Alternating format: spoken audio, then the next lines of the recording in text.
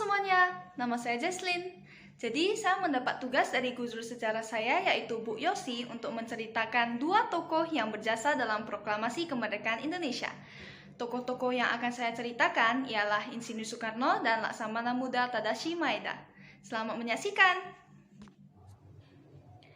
Tokoh pertama yang akan kita bahas hari ini namanya tidak pernah absen dari sejarah pembentukan negara Indonesia. Sebegitu berjasalah beliau terhadap negara Indonesia.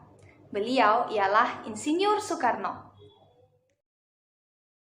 Lahir di Surabaya, Jawa Timur pada 6 Juni 1901, beliau merupakan Presiden pertama Republik Indonesia.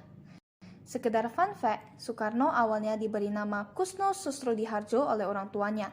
Akan tetapi, karena ia sering sakit, ketika berumur 11 tahun namanya diubah menjadi Soekarno oleh ayahnya.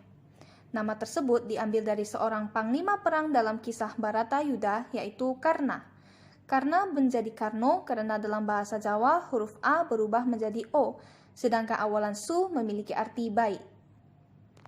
Soekarno menjadi terkenal untuk pertama kalinya ketika menjadi anggota dari Jong Java cabang Surabaya pada 1915 pada usia 14 tahun.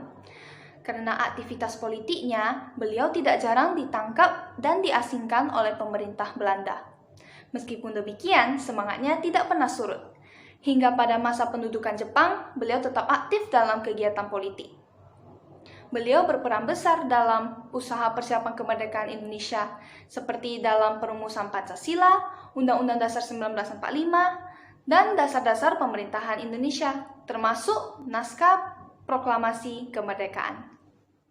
Menjelang proklamasi kemerdekaan Indonesia, beliau bersama Muhammad Hatta sempat diculik ke Rengas Dengklok karena adanya perselisihan antara golongan tua dan golongan muda. Akan tetapi, akhirnya mereka dikembalikan ke Jakarta dan beliau dengan penuh keberanian dan kekhidmatan memproklamasikan kemerdekaan Indonesia. Namun, langkah beliau tidak berhenti di situ.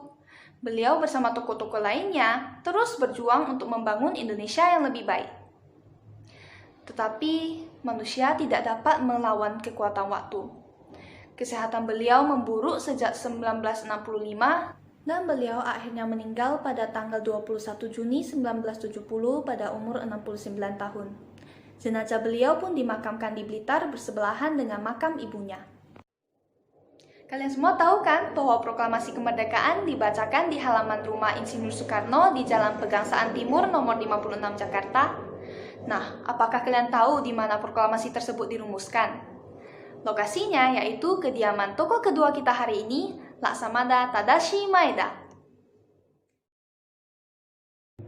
Beliau lahir pada 3 Maret 1898 di Kajiki, Kagoshima, Jepang.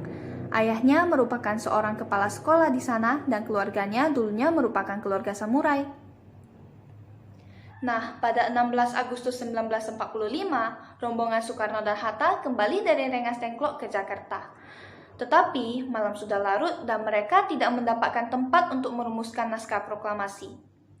Mereka pun akhirnya menghubungi Laksamana Maeda yang saat itu merupakan Kepala Perwakilan Kaigun atau Angkatan Laut Kekaisaran Jepang.